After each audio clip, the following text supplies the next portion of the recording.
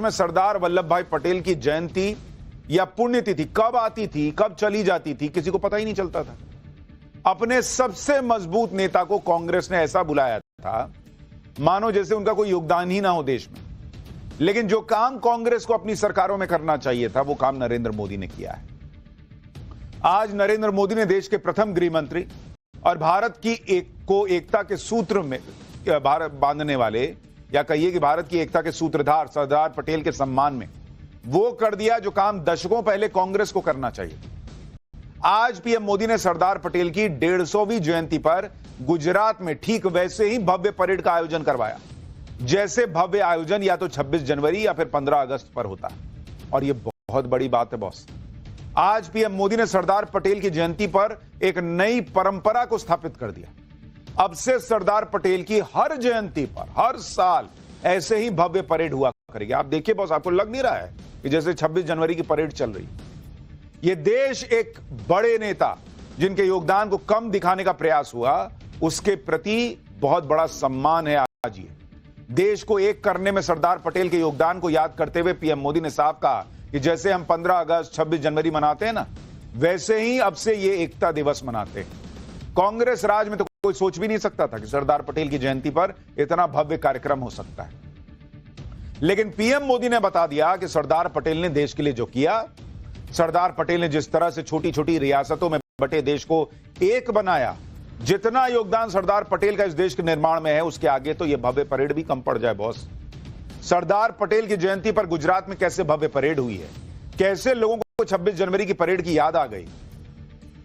इस एकता परेड की एक एक तस्वीर आप देखेंगे तो हैरान रह जाएंगे कि क्या ही जबरदस्त आयोजन हुआ है। सरदार पटेल की जयंती पर उन्हें सच्ची श्रद्धांजलि देने में पीएम मोदी ने कोई कमी नहीं छोड़ी। लेकिन सरदार पटेल की जयंती पर कांग्रेस ने क्या किया, राहुल गांधी ने क्या किया, वो भी आज आपको बताऊं। यह भी बताऊंगा कि कश्मीर को लेकर सरदार पटेल की कौन सी इच्छा नेहरू ने पूरी नहीं होने दी। पीएम मोदी ने आज क्यों कहा कि कांग्रेस एक और बंटवारा भी करवा देगी, ये सब आपको बताऊंगा। क्या सच में सरदार पटेल आरएसएस के खिलाफ थे, आरएसएस पे बैन लगाना चाहते थे? कांग्रेस के इन आरोपों में कितना दम है, इसके लिए इतिहास का चैप्टर भी खोलूंगा। लेकिन पहले सरदार पटेल की जयंती पर जो भव्य परेड हुई है, जिसकी चर्चा हर जगह है, उसकी एक झलक देखिए।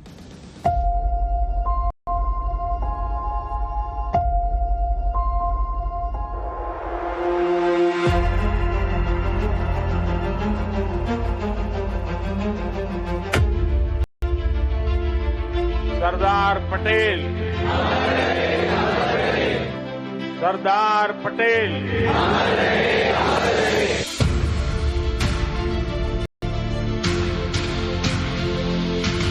देश में राजनैतिक छुआछूत को एक कल्चर बना दिया गया। कांग्रेस ने सरदार साहब के विजन को भुला दिया।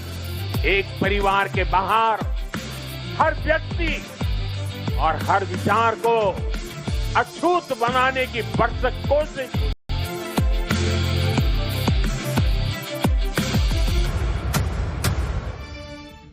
सरदार पटेल की जयंती पर आज कैसे पीएम मोदी कांग्रेस से भिड़ गए, कैसे उन्होंने इतिहास के पन्ने पलटकर कांग्रेस की क्लास लगाई, आज ये सब लेकर आया हूं। लेकिन पहले देखिए कि आज सरदार पटेल की 150वीं जयंती पर गुजरात के एकता नगर में ठीक वैसी ही परेड कैसे हुई जो 26 जनवरी पर होती है। इस परेड में अलग अलग राज्यों के पुलिस के जवानों ने अपना दमखम दिखाया। इसके अलावा सीआरपीएफ, सीआईएसएफ, बीएसएफ समेत अर्धसैनिक बलों के जवानों ने अपना शौर्य दिखाया। पीएम मोदी ने परेड में पराक्रम दिखाने वाले अलग अलग दल को सलामी दी। इस एकता परेड की कमान नारी शक्ति ने संभाली हुई थी। सबसे पहले देखिए कि कैसे गुजरात पुलिस की महिला ब्रिगेड और अर्धसैनिक बलों की महिला ब्रिगेड ने सबसे पहले एकता परेड में अपना दमखम दिखाया।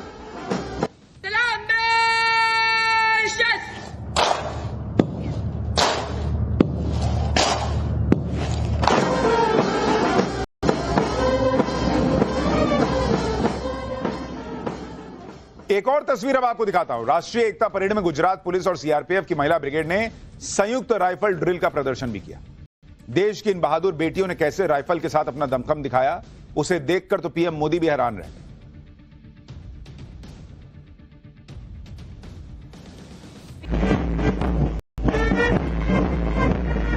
धारणा के साथ बढ़ता इस दस्ते की कमान संभाली असिस्टेंट कमांडेंट मोनिका लाकड़ा।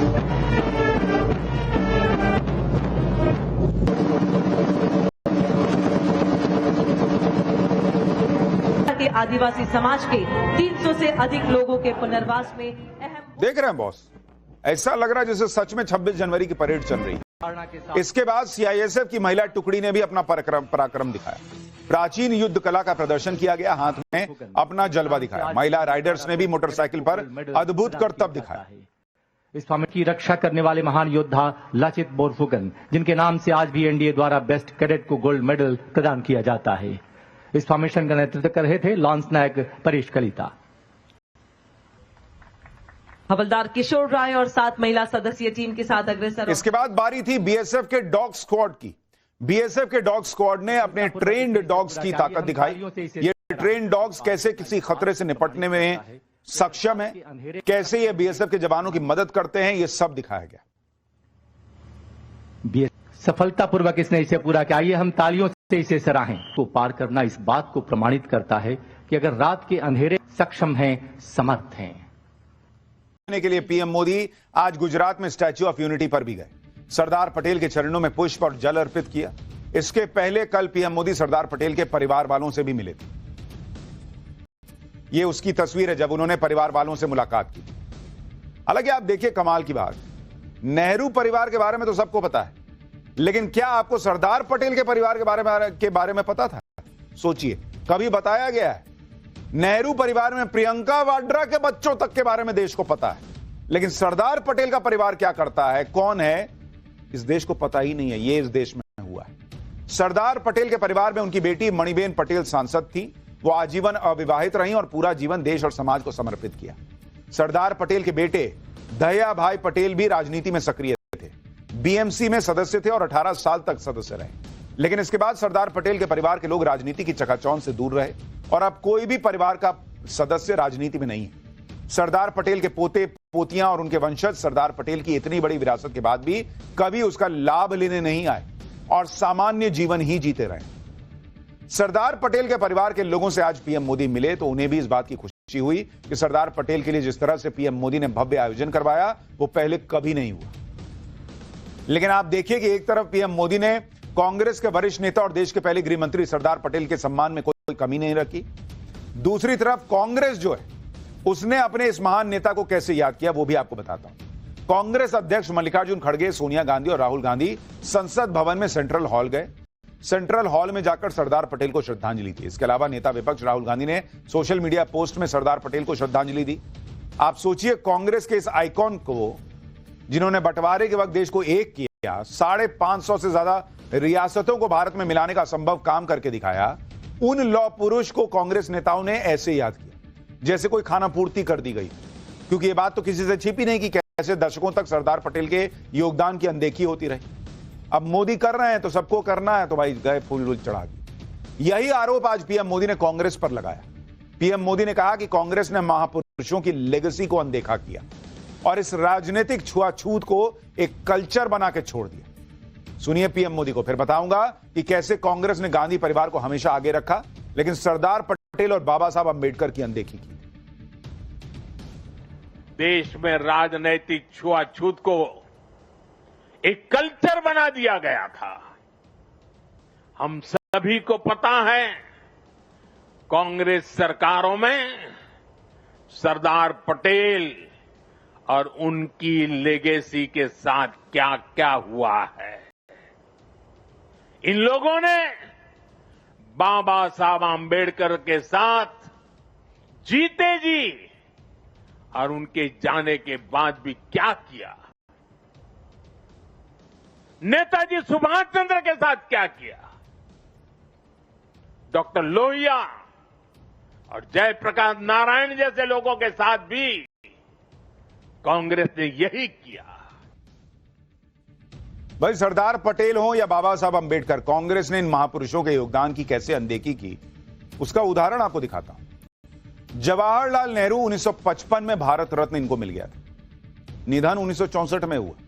जीते जी ही इनको सम्मान मिल गया भारत रत्न का। इंदिरा गांधी 1971 में इनको भारत रत्न मिला, निधन 1984 में हुआ, यानी इनको भी जीते जी भारत रत्न मिल गया। राजीव गांधी 21 मई 1991 को निधन हुआ, जुलाई में 1991 में ही भारत रत्न मिला, निधन के 2 महीने में भारत रत्न मिल गया।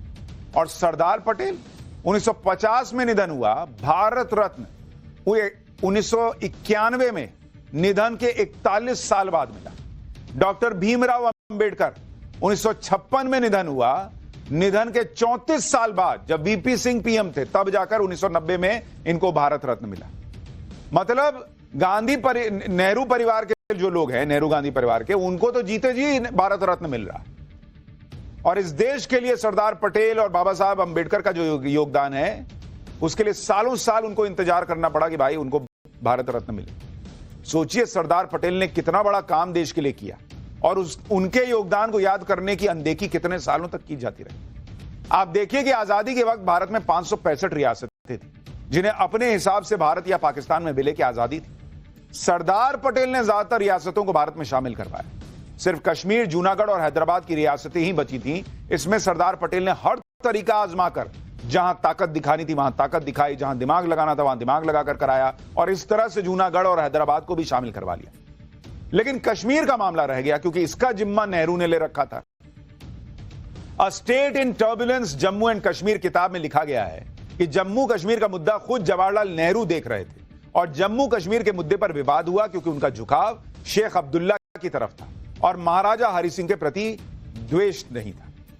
यही बात आज प्रधानमंत्री नरेंद्र मोदी ने भी कही कि सरदार पटेल की बहुत इच्छा थी कि जैसे दूसरी रियासतों को भारत में मिला लिया गया था वैसे ही कश्मीर को भी मिला लिया जाता, लेकिन जो सरदार पटेल चाहते थे वो नेहरू ने होने नहीं दिया।